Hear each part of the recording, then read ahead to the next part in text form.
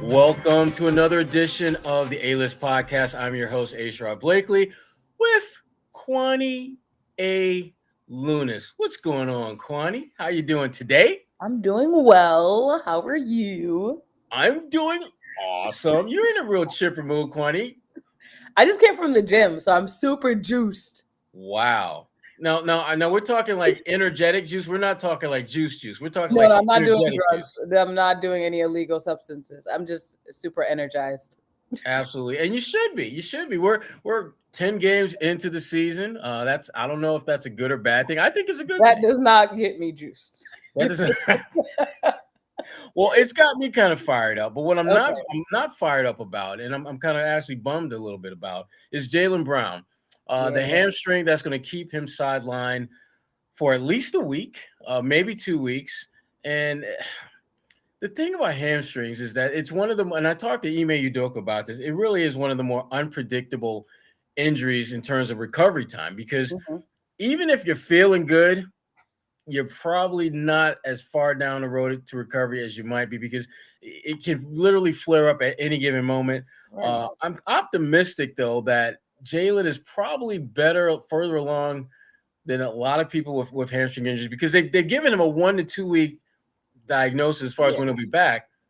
And you probably figure they've baked in time that like load management time. Yeah, like a little extra time on top of that, where I think he might potentially be able to play now, but they're being, I think, a little extra cautious. But to me, the bigger concern is just whether Jaylen missing games, injuries. I mean, is this something? I mean, when you think about him, I mean, are you concerned? Not so much about this injury, but just that this may be the beginning of a pattern with him. This is the second time this season that we asked the question, are you concerned about Jaylen being out? So I could definitely see why red flags would start to raise, especially because if it does become consistent, and whether it comes down to one, are the Celtics, like you said, managing the injuries well to a point where he can get out there when he needs to, but also don't put him out if that's going to continue to aggravate whatever injuries, maybe from previous, sports injuries that he's had. So I think I could get to the point of being concerned, especially because we're not seeing him out there on a consistent basis. And for him to have this roller coaster of a season already, you want him to be consistently getting reps and being in the game. This team is still trying to figure out what their chemistry looks like. So for one of your stars not to be in the lineup, that could be frustrating. It can be frustrating, and it can be just, I mean, not just for the fantasy league owners of Jaylen Brown out there, but just for us who like to live in this place called reality. Yeah. My concern, and you touched on it, is the fact that we're not even a month into the season. And this is, again, another moment in which Jaylen's health is in question. And when you kind of look at the fact that, he came off a season where he was hurt at the end of the season, where he had injuries that limited him. The talent with Jaylen is not questioned anymore. He has done more than enough to squash any thoughts and ideas that he's not an above average NBA player. But it's one thing to be an above average NBA player when you're healthy, which he is. And it's another thing to be an above average NBA player who's available to be an above average NBA player. That's the concern I'm starting to get with Jaylen. And I'm not ready to hit the panic button just yet, but it is on my desk and it is lit up. And while my hand is not hovering over it, it won't take much for me to just give it a quick whack, because Jaylen is so important to this team, and any thoughts of them not just winning this year, but really having a blueprint and a foundation to be successful going forward. He has proven himself to be an all-star. He's proven himself to be someone who consistently gets better year after year after year, because he spends the time working on his game, doing all the little things that the great ones who want to be great are going to do. Which brings me to the latest rumor involving Jaylen Brown and the Boston Celtics. You took it right from my brain. I was looking at our rundown and I was like, He has this a little further down, but we need to talk about this right now. Absolutely. I'm going to pass that baton to you and let you run, Kwani, run. Ben Simmons. So anyone that yes, do you want the latest on the this is like we said, the Ben Simmons podcast. Last season, I think it was the Celtics / Kyrie Irving podcast. So we always have an extra player to talk about. Always. But there were reports that Philly was interested in. Well, they called up Boston and were interested in in trading Ben Simmons. And apparently Jaylen Brown was put into the conversation. There was a local reporter, I think it wasn't The Athletic, or somebody locally said that report wasn't true. Mark Murphy of the Boston Herald. The Herald. And we know he's the voice of the Celtics front office generally.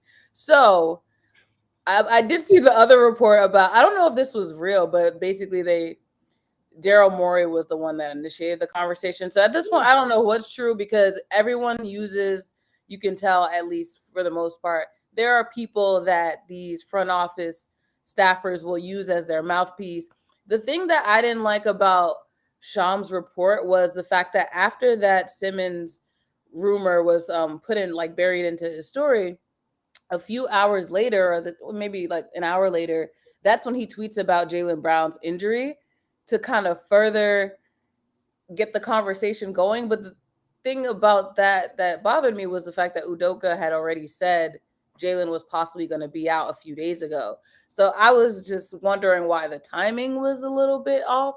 So I was wondering, I want to hear your perspective on it. Like, was that all a strategic plan, you think, maybe from the Sixers organization? Well, here's the thing that we have to keep in mind. And when you're looking at this from the outside looking in, you've got to think about, okay, what's in it for the players? I'm not talking about the players on the court. I'm talking about the players in the conversation. And in this particular conversation, we're talking about the Sixers. We're talking about the Celtics. Mm-hmm. Now, if you are Boston, you definitely like a lot of what Ben Simmons brings to the table.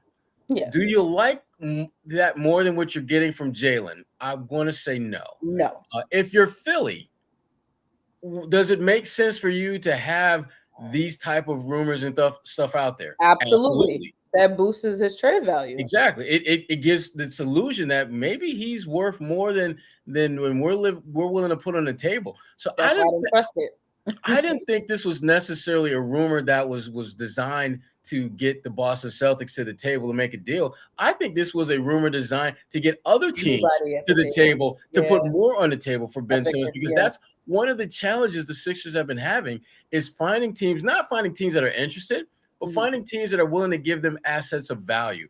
And the Celtics, I don't believe have any interest at this point in adding Ben Simmons if it means trading away Jaylen Brown.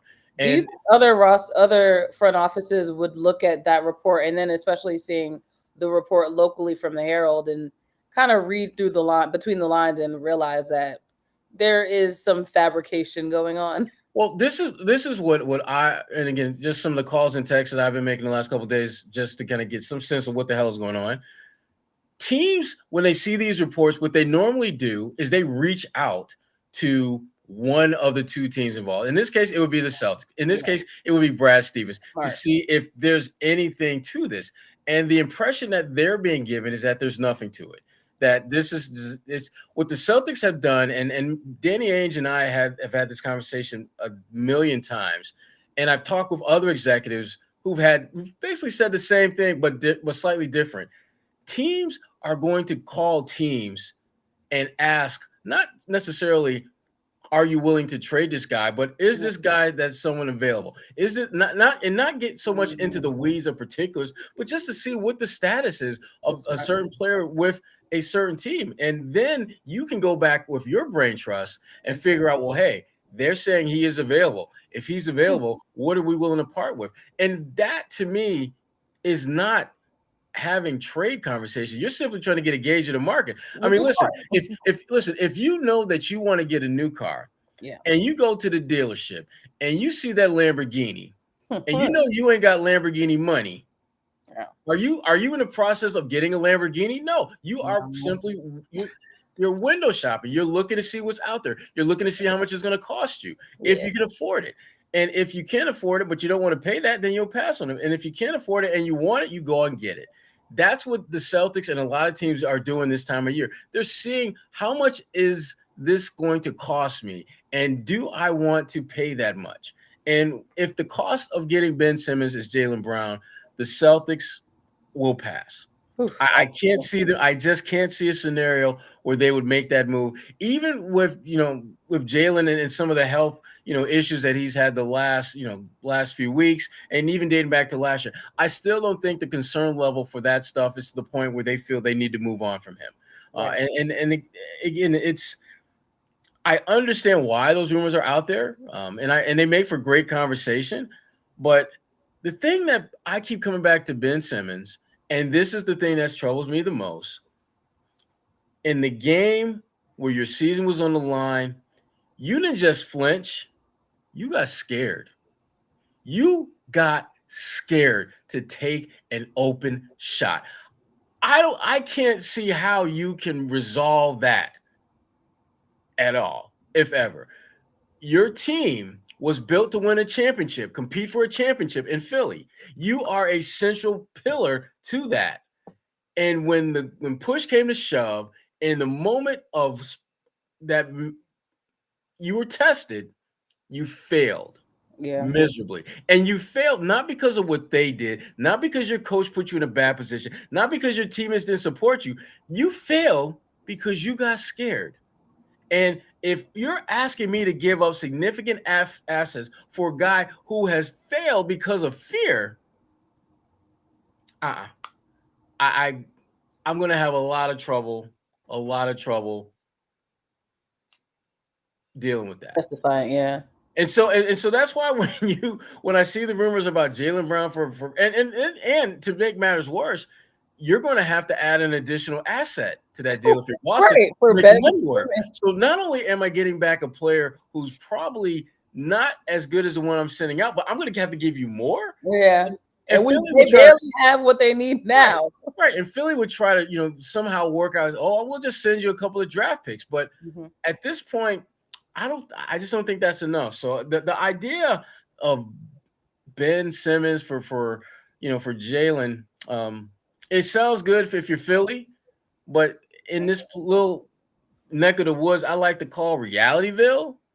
It ain't happening. I just can't see that happening. I really can't. But to that point you made about other teams reaching out, I would imagine that teams reached out to inquire whether or not Jaylen was on the table. As they should. Do you think at this point again, it's too early to be pushing a panic button, but do you think that the Celtics would consider it for another asset to build this roster? No. I think Jaylen and Tatum are both immovable pieces unless you're talking about the Kevin Durant, James Harden, Chris Paul, Devin Booker's, those type of players you would consider. But again, that's just Fantasyville because those players, they're with teams that aren't going to move them. So I don't see a scenario where they're going to move those guys unless they're getting a legitimate superstar. Because the thing that I keep coming back with both of them is they're still young. You don't have it's so unusual and rare to have players that young, that talented, who've been in not just winning environments, but they've been significant contributors to winning environments. I mean, they a couple years ago, they don't get to the conference finals without Jaylen and Jayson. Yeah. It doesn't happen. And so the idea of moving on from those guys, the only way I can see that happening is if those guys want to move on. And I don't think either one of them is at that point now. Could that change? Absolutely. But I don't think they're at that point at this current time. And the other thing too, as bad as the Celtics have been, this season, they're 4-6.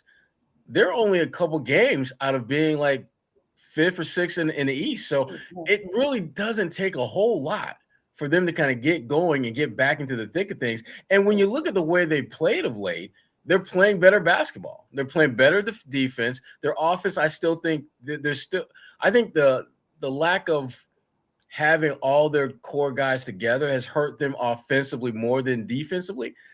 So again, overall their defense hasn't been great this year, but if you look at the last 3 or so games, there has been clear growth in that area and a little bit more cohesiveness in how they're figuring out, Ime wants to switch everything, but they're realizing they literally don't have to switch everything, that you still need to kind of guard your yard as best you can, knowing that your teammate has your back. And I think that there was a point where they didn't understand that they thought, well, we're going to switch everything and shoot. I need to stay with my man for a little bit. Yeah. I mean, it's defense is not a relay race. You can't just stay with a guy for a little bit and then my guy, he's got it, and then another guy. No, you stay with your man as long as you can, and you fight through screens and you try to stay attached. But if you become detached, someone's got your back. And they've started to figure that out a little bit yet. But the one thing they haven't figured out yet is how to win at the crib. Yeah. I mean, they're the only team in the Eastern Conference yet to win a game at home. What? Like, why? Do I hate the TD Garden? Is there a conspiracy theory we need to dig into? I don't. It's the weirdest thing, but I think there's a couple reasons why that they haven't been able to win at home. I think their first game at home was right off of the double overtime loss at New York when they played Toronto, and they just looked flat. They looked like they just weren't ready to compete, and for whatever reason, I think they get almost like a little they fall into one or two categories. They get too comfortable thinking that, well, we can just turn it on anytime because we're at home. Or some of the players, I think, are so amped up to win at home that they start playing a little bit of hero ball, where they're trying to do more than they should rather than just stick to the game plan and just play the style that they need to play.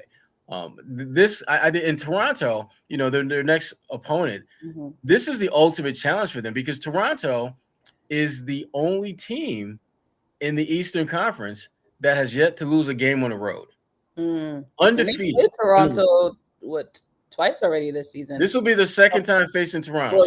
So this will, and really the Toronto, right? The first game against Toronto was really the first time that they was the first of what has been a few games where they just looked disinterested, like they didn't really come to compete. Exactly. And so Robert Williams, in leading up to the game, he was pretty candid about, hey, yeah, we want payback. They haven't forgotten how they got their ass kicked by Toronto in the crib. And so to get a chance to get another crack at them, I expect them to play much better. And I do anticipate that they'll win that game.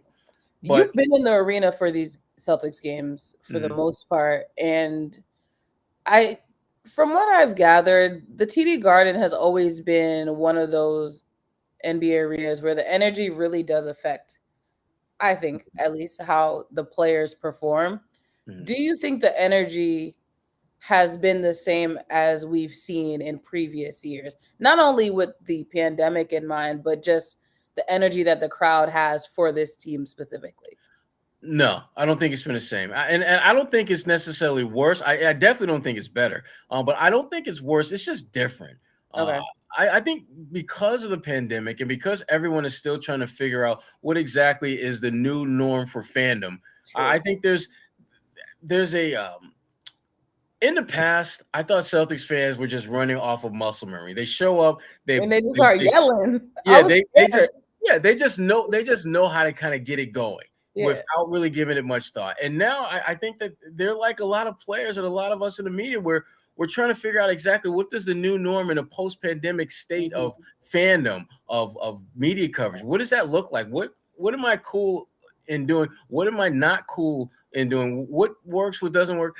And I think they're trying to figure this out. But to me, that shouldn't affect the product on the court. Oh, absolutely. But I do know it's a factor. To me, it becomes a factor when the game is close and you're in the second half.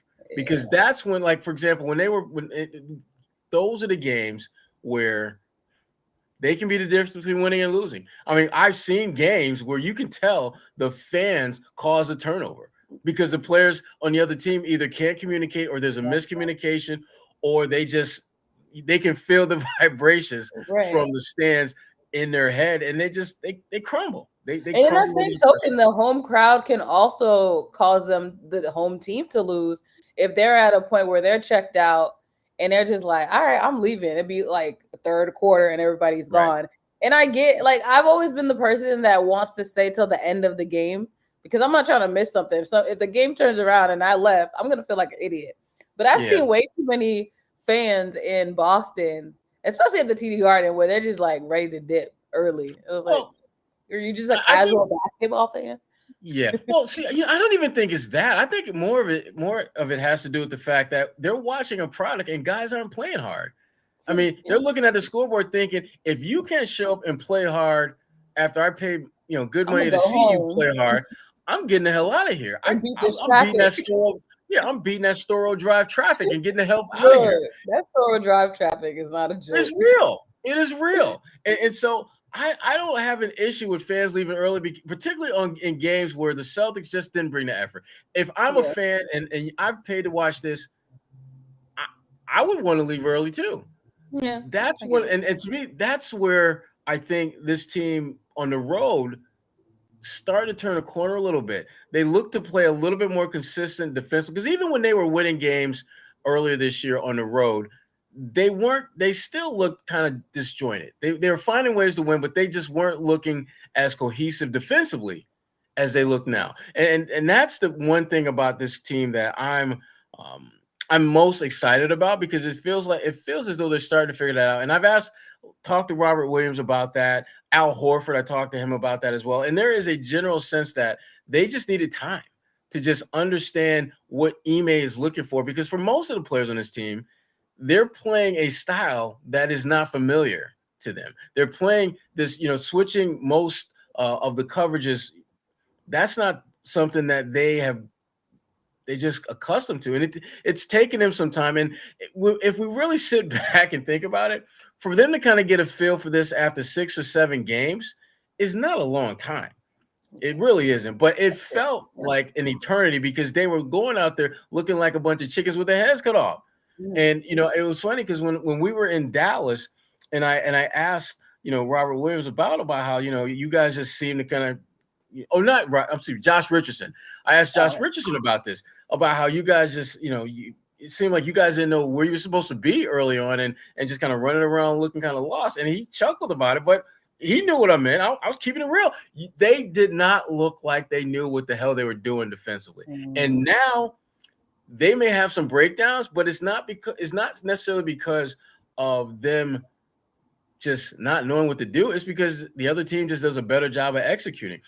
One point that Ime brought up, and we can move on from here after this, but one of the points that he brought up in the Dallas game was how Dallas was trying to create a switch where Robert Williams would be on Luka, and Robert Williams wisely set back at times and motioned to Josh Richardson to come up, so that when they did the switch, Josh Richardson was on Luka. And they did this not only in the shot at the very end, but they did it for 1 or 2 other possessions prior to that.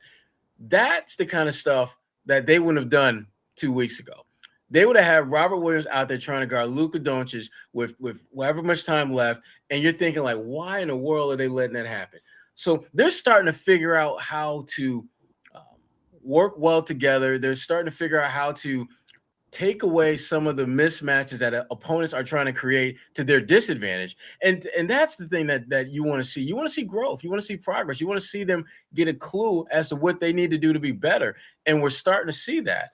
But they still got a lot of work to do. But at least they're trending in the right direction. True.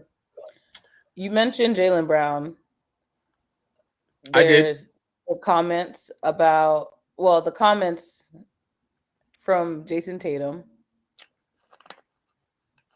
kind of throwing shade at Smart's comments. Kinda. But we'll just go with kinda, because that sounds good. With it. What was your first of all, I was just shocked that Tatum even replied the way he did, because that's not really how he moves media-wise. When we were in Dallas, and that was the first time we had a chance to talk to Jayson since Smart's comments. And so, Kwani, I had to be that dude, right? Absolutely. I had to ask him. Your voice? Yeah. That was you? Oh, okay, I heard it. Okay, continue. Okay. So I'm asking him about just Smart's comments.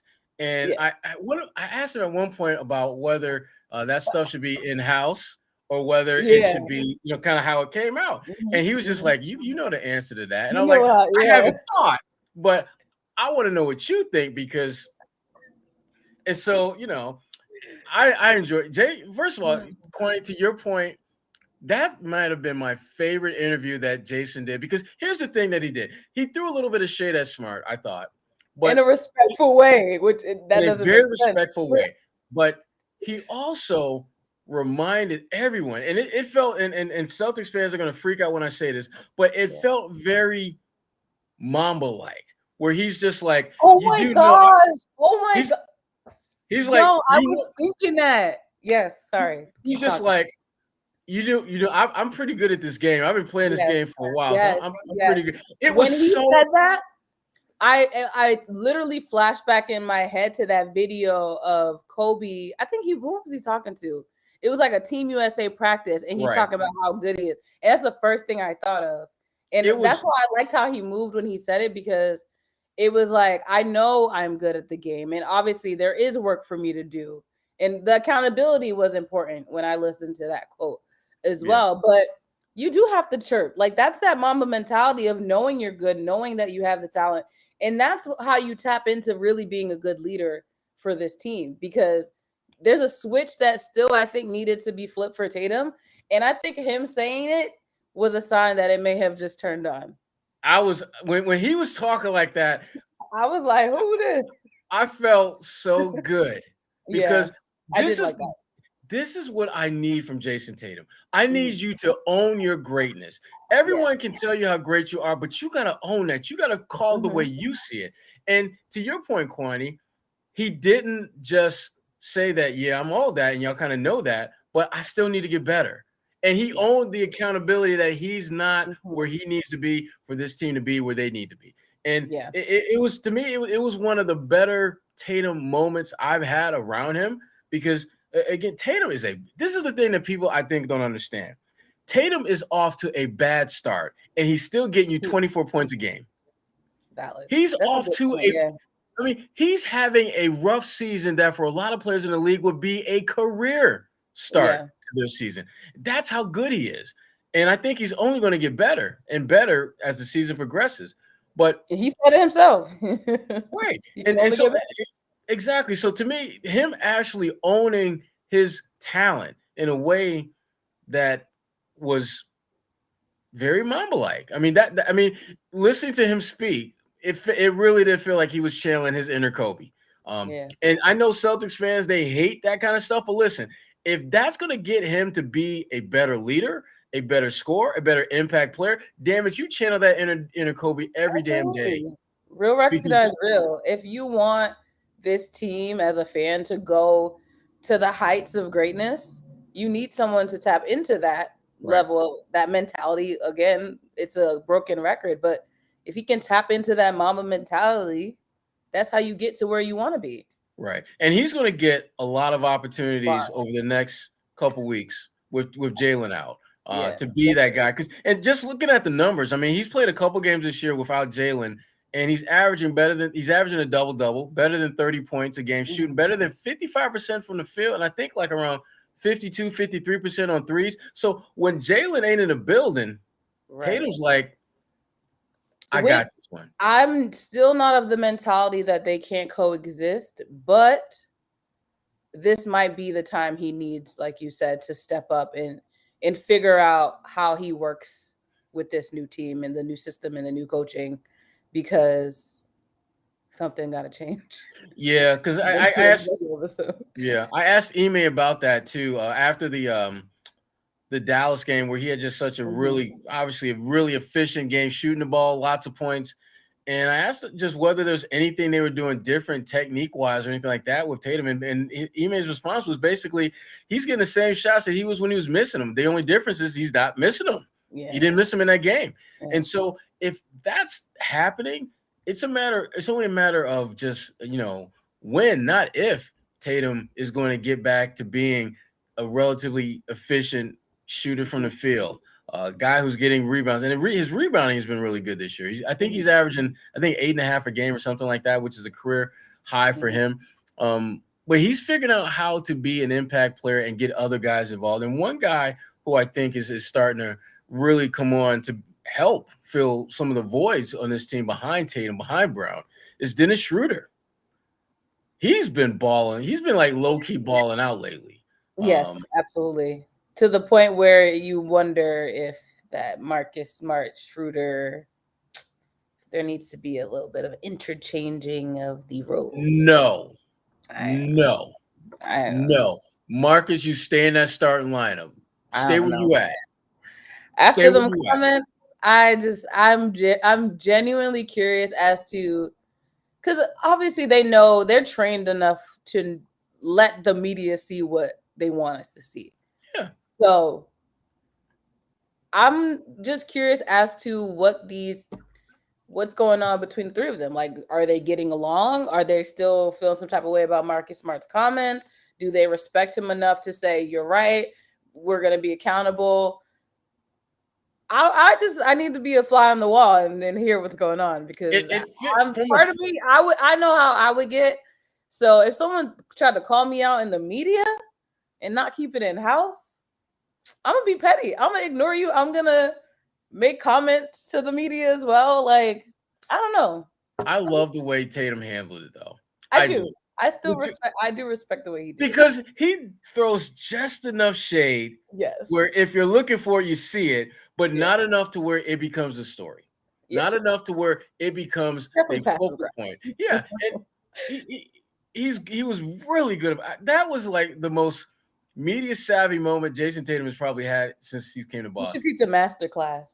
that was a master class on just giving the folks a little bit of something, but not giving them enough to where they can go and run and make it something. And that's what I mean. He knew what he was doing by throwing that shade. That's why I'm like, he could have played nice and just said, we're handling it in-house. He made some good points, but he didn't do that. No. And again, it did my heart so much good to see that happen, because I think Tatum is an incredible player. And I think that there's a lot more to him than just being a really good player. I think there's a lot of good in Jayson Tatum. He hasn't shown the kind of leadership that people want to see from him. And to be candid with you, I don't give a damn about that. Because they expect it to be loud or like LeBron-esque, where he doesn't need to be dominant. Yeah, no, I agree. I think Tatum's personality when he even came into the league was obviously very soft-spoken to the media. Yeah. And then over the last few years, we've seen him break out of that shell, do things, i.e. the way he had that, soundbite in the last game. But leadership looks different and different for different people. We were talking earlier about how Al Horford, which will lead to another conversation about the captains not being named. And I said that, Al Horford definitely should be someone that could just be named captain. If we're trying to flesh out the beef between the other three, just give Al the title. And Al doesn't need the title, though, because he's going to still be a silent leader in that locker room. He also doesn't have the style of leadership that a LeBron James or Joel Embiid would have. So It looks different. It does look different, and it feels different. But the funny thing about Al is that captain or no captain, he's still going to lead the way he does. He doesn't need to be, But I think he knows that with this particular team, his leadership matters more. Yeah. Because it's one thing when you have a bunch of young guys who just don't know what the hell they're doing, and they don't understand what leadership really looks like. Then it's just like, okay, Al, you become the den mom. You bring your kids into the around.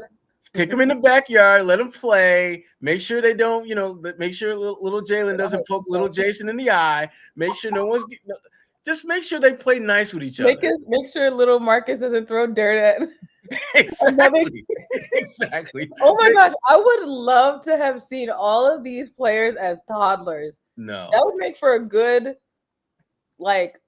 adult animation show. Yes, them as toddlers. Yeah, I could. Yeah, that and Family Guy. I'm thinking like Family Guy, but then you have like Marcus Smart, Jaylen Brown, all as toddlers. Or Boondocks. That'd be different. If you steal my idea, I just at least want a production credit, and then like 5%. Okay, I'll work that out, Kwani. Because I may very well steal that. So okay, but if someone is listening, you also owe me credit, and this is the physical evidence that I did conceptualize this. So this is intellectual property. You have to reach out to me before you do it. We'll have my lawyer contact you, Kwani, and we'll get this Adult worked Swim, out. call me. Exactly. But Al doesn't have to be the den mom anymore. He's just more like, the big brother to make sure that the little brothers don't hurt each other, which is different than when he was here before. But I love what I'm seeing with Tatum now. That's the kind of leadership I think Jayson has to. I think Jayson, to be candid, I think he's been trying to figure out how the hell do I lead this group? What do I need to do? What he did after the Dallas game is exactly what you're supposed to do. Own the fact that you need to get better. Acknowledge and let people know that, I'm still kind of nice in this game. I mean, I just dropped 32, and as you can see, there's not a drop of sweat on me. Yeah. Not a drop. Yeah. He's that good. But he's going to need help, and he's got to figure out what's his sweet spot in terms of leadership. Al's going to be there for you regardless, but he needs to figure that out. But the whole captain thing, though, Ime, I guess, even though we've been taught, it's been pretty much dead for a while. Right, we knew it was happening. Yeah, but I think Ime decided. Well, he was asked about it on Tuesday. And Ime finally put the final nail in the coffin with the whole captain thing. Ain't gonna happen. And he kind of went through why it's not gonna happen, but in a nutshell, all y'all suck. No, they got bigger issues to worry about. Know, that's not a priority right now. It's just not. And Ime's right. It's not a priority, but I think it speaks to part of the problem with this team, and that is leadership. And to me, the only thing that's worse than bad leadership is leadership that's non-existent, because then it's like what and I think that they've had too many. I thought the season began where there were too many moments where you weren't sure exactly who was leading this team or who the leaders of this team were. Is it Smart in his defensive mindset? Is it Jaylen and Jayson who are trying to get buckets?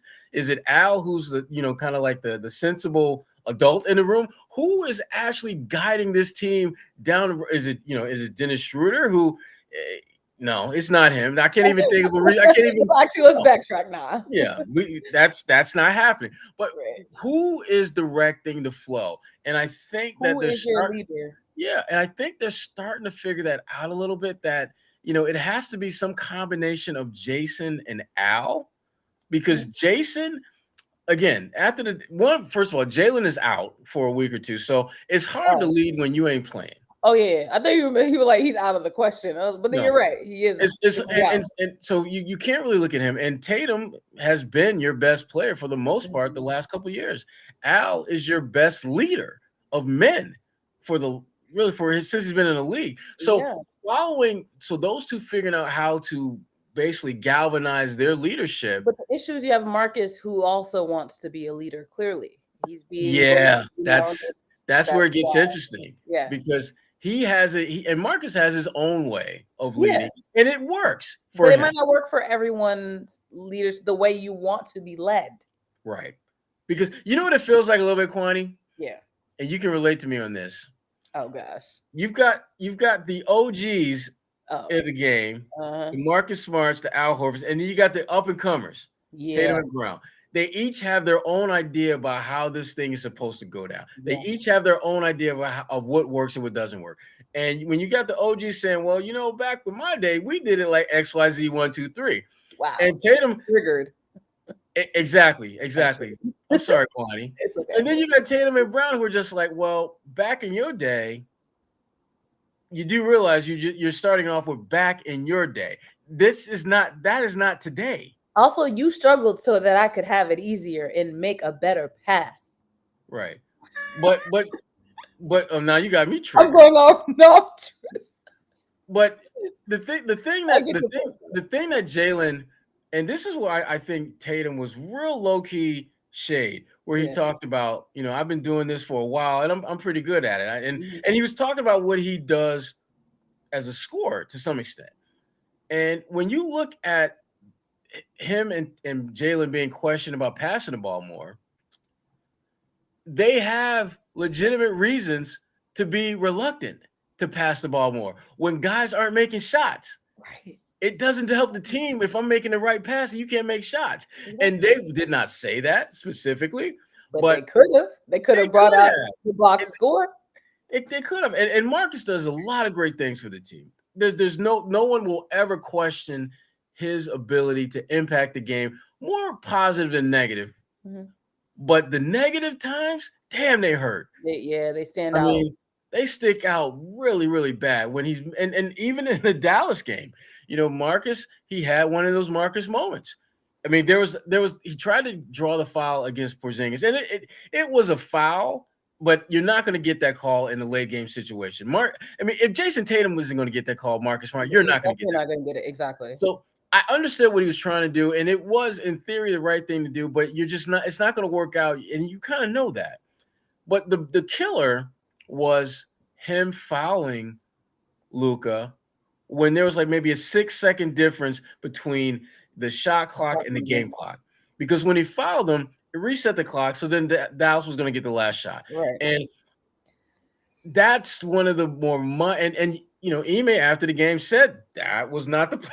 And that's another basketball IQ he's had moments where he has these basketball IQ mishaps, and you like raises lots of questions. Yeah, fans are just like, did that really just happen? And they're sitting there like, dang, like what's going on? Yeah, because after the game, I went back to the press room and I'm thinking that, okay, Ime's about to hit me with some basketball knowledge that I've never thought of before. That's going to explain what he was thinking. On that exactly. Play. Yep. Yeah, because I can't understand what the hell just happened. But Ime's a coach. He knows his players better than I do. He's a hell of a better tactician than I am. So he's about to drop some serious knowledge on me. I'll be like, damn, I didn't even think about that. Learned, I take some notes. Yeah, but then he came up and was like, no, that wasn't a plan. We weren't trying to do that. I'm thinking like, saying that is funny to me because Brad would have taken, I think, accountability in that way. But we're all everyone in, like, from coach down, it seems like everyone has this different leadership style. They need to go on a retreat, do some trust falls, and figure each other out because and make sure that their co-pays are paid up, because them trust falls could be painful. Look, the whole team gonna be on load management because exactly. So you gotta be very, very careful about that load management. I think they should sign up to go on a retreat for 3 days. That'd be a good idea. Mm-hmm. Get a chance to know each other a little better, do a little team bonding. Yeah. And speaking of bonding, players, the best players in the game. This is not a okay. What are you doing, Kwani? I don't say speaking of bonding. Okay, continue. Let me see how you play this out. Will you let me roll with this one, please? Okay. Bonding has not been a big thing in Brooklyn, right? With Kyrie Irving, but there's a chance that they could have a bonding moment this year with the All-Star game. Kyrie Irving, who for not wanting to be vaccinated and just the rules in place in New York City, he's going to be in the All-Star ballot. And if he is elected as a starter, he will have the option of playing in the All-Star game in Cleveland, because it's in an area, it's in a city and state. They don't have the same limitations and restrictions. Yeah. So Kyrie Irving's one game this year may be the All-Star game. In Cleveland. Exactly. Of all the cities that you could do, only thing would have been more troll-like was if it was in Boston. Yes, but Cleveland is even better because he has not been back to Cleveland since that game where Gordon Hayward got injured. If I am correct with my, actually, I lied.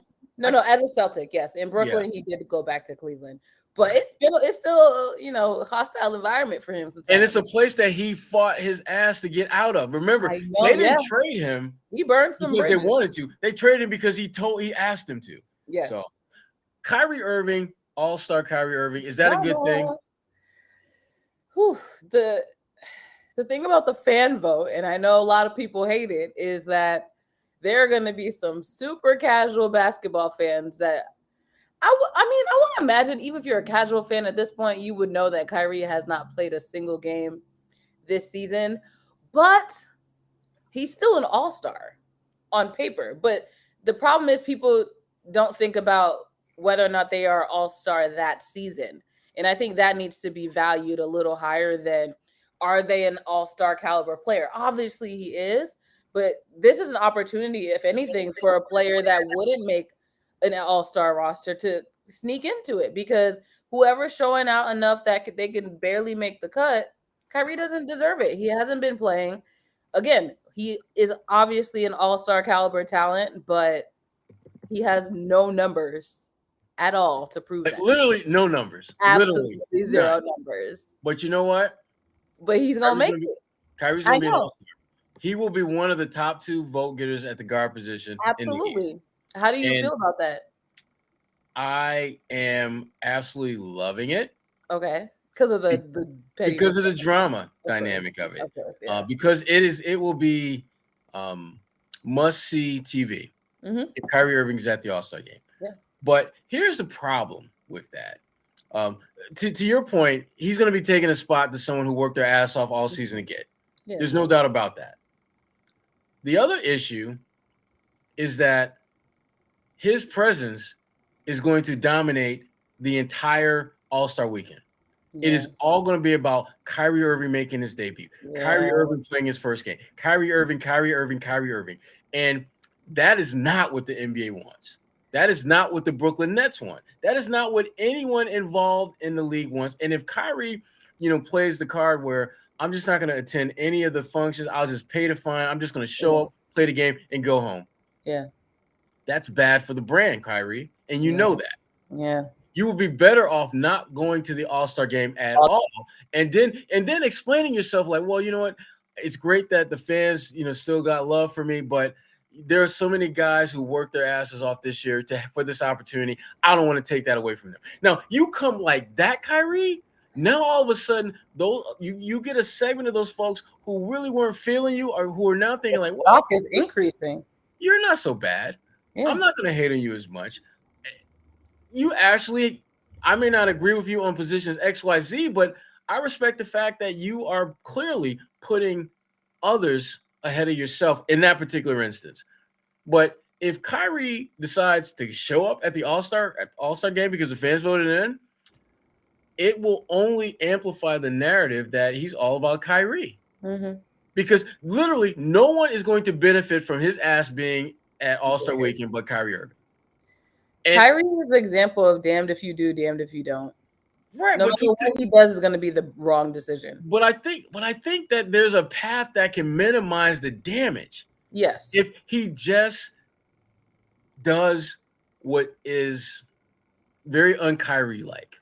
Like, it's very un-Kyrie-like to get selected for the All-Star game and say you're not going to go and explain that the reasoning is because you want to give someone else a chance. That's a very un-Kyrie-like thing. Mm-hmm. Now, what is Kyrie-like is to not go, and your reasoning is because you don't feel that the All-Star selection folks, should have as much say. And even though the reason you're going is primarily because of the damn fans. Right. And that's what I feel would happen, that Kyrie would take a position and then you start doing a little bit of digging and you realize that the position doesn't make any sense. Yeah, he's going to flip the narrative. And then that's the thing, like you said, if he goes, then the media circus surrounds him. And for someone who complains about how much the media cares or is obsessed with him, so to speak, you just put yourself in the game. Opportunities where they have to, because you haven't talked to them at that point. It'll be almost 6 months where you haven't been in front of a camera, and they have to ask these questions, unfortunately. Yeah. So I don't know if he has a PR team or a business manager, agent, or someone that can rally up a plan, because to your point, I really highly doubt that we'll see I'm going to be selfless and sit this one out and give another young blood an opportunity, because I think what you'll see happening is that as the votes, because they have different points during the season where they'll update on how the voting's going. Yeah. And if it's clear that he's like in that 1 or 2 spot, I think you will start seeing a different level of campaigning from some of the coaches of players who are in that conversation. You're going to see, Kyrie, I wouldn't say they're going to hate on Kyrie, but they're going to be throwing a different kind of shade at Kyrie. And it'll be something to the effect that I don't understand how you can have someone be an all-star who voluntarily decided not to play. It's not an injury. Packages are going to look different. They're going to maybe just put some stat sheets. Yeah, this is what my guy did this year. This is the guy that's leading vote getter, and just have his like name with a big blank, just a big blank box. Yeah, everything. Yeah. Yep. And it's I think you're going to see a different level of low key hating on Kyrie. And again, the smart thing is this: Kyrie, if you're elected to be an All-Star, the smart thing would be to turn it down.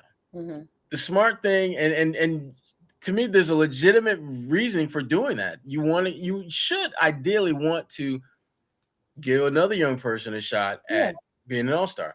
I mean, you figure there's going to be one player who's probably going to get in who otherwise, wouldn't get in because of you. And I just think that I think Kyrie will potentially have an opportunity to be very selfless, which again, and get a lot of credit and a lot of props for that. But you just never know about Kyrie. You don't know what the hell that dude going to do. And if, just kind of shifting away from that, you don't know what the hell the league MVP, Nikola Jokic, is going to do if you foul him hard. Yikes. Goodness gracious. Whew. Listen, you've got the Jokic brothers who make a joint account, who just opened up a Twitter account. Last I checked, they had over 40,000 followers. And this is like within, 24 hours? Yeah. If that. They only follow one person. Exactly. They got one. Exactly. And so they basically are saying, look, your brother, hard foul. Careful what you. I'm going to pull it up. Yeah, you should leave this the way it is instead of publicly threatening our brother. Your brother made a dirty play first. If you want to make a step further, be sure we will be waiting for you. Exclamation, Jokic Brothers. Now, I've seen them. They big. Oh, look. They big. So did you see the other follow-up tweet, though? I missed this part. So the second tweet, they're saying the same thing, essentially. And Markieff Morris is like, you got the right ones. Believe that. And what people don't know is when a Black person tells you that you got the right one, that means you got the wrong one. and so the Jokic brothers, they reply, I don't believe ... I know that. It's so funny just seeing like two different cultures collide and have beef on Twitter. Here's the thing about Twitter, though. So much to dissect. Yeah, we talk about Twitter tough guys, but these are legitimately real life tough guys. They're legitimately people who will kick your ass. I'm scared of all the parties involved. All of them. Don't listen. I made a point of making sure me and Markieff Morris were cool when he was here. Right. I understand how this works. Yes.